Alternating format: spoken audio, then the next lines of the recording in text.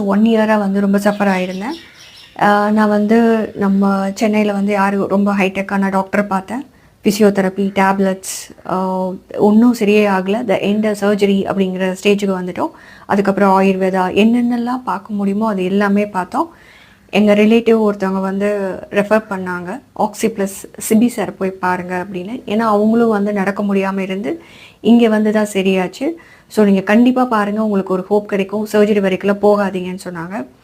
So okay, நாங்களும் வந்து பார்க்கலான்னு சொல்லி பார்த்தோம். சிபி சாரை பார்க்கும்போது ஸ்பைன் ஸ்டெபிலைசேஷனுங்கிற ட்ரீட்மெண்ட்டே எனக்கு கொடுத்தாங்க.